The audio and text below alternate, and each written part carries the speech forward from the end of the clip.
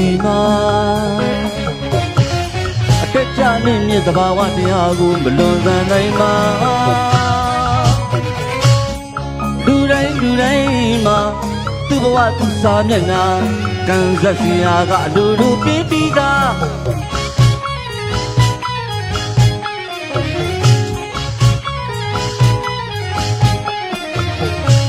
ရိုးရိုးပြင်းပြင်းမြင့်ချမ်း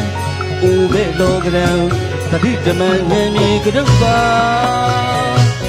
ဘဝမှာစိတ်တဲ့အစဉ်တန်းရှိပါသာလူလို့သတ်မှတ်ရမှာကိုယ်စုတိုက်တာ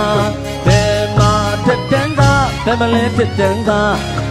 စင်ရင်ချမ်းသာခြင်းကတကယ်အစဉ်တန်းနဲ့မဆိုင်တာပြီးပါ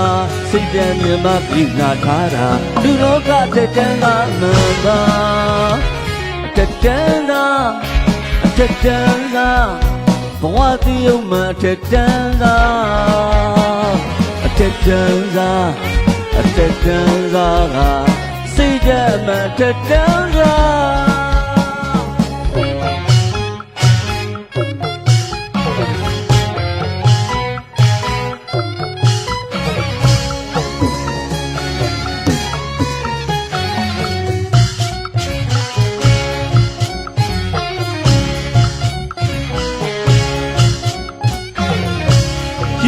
ပြင်းပြင်းမြင့်ချမ်းဦးပဲတော်ကံတတိတမန်ဉာဏ်ဤကရုပ်ပါဘဝမှာစိတ်ကအစဉ်တန်းရှိမှသာလူလို့တမန်ရမှာဘောစုတိုက်တာဘယ်မှာထက်တန်းကဘယ်မလဲထက်တန်းကစင်ရည်ချင်းချမ်းသာခြင်းပါတကယ်အစဉ်တန်းနဲ့မဆိုင်တာသိပါစိတ်ဓာတ်မြတ်မပြီးနာထားတာလူလောကတက်တန်းကမှန်ပါအတက်တန်းက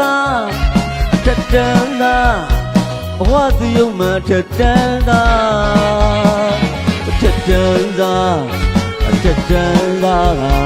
စိတ်ဓာတ်အမှန်တက်တန်းက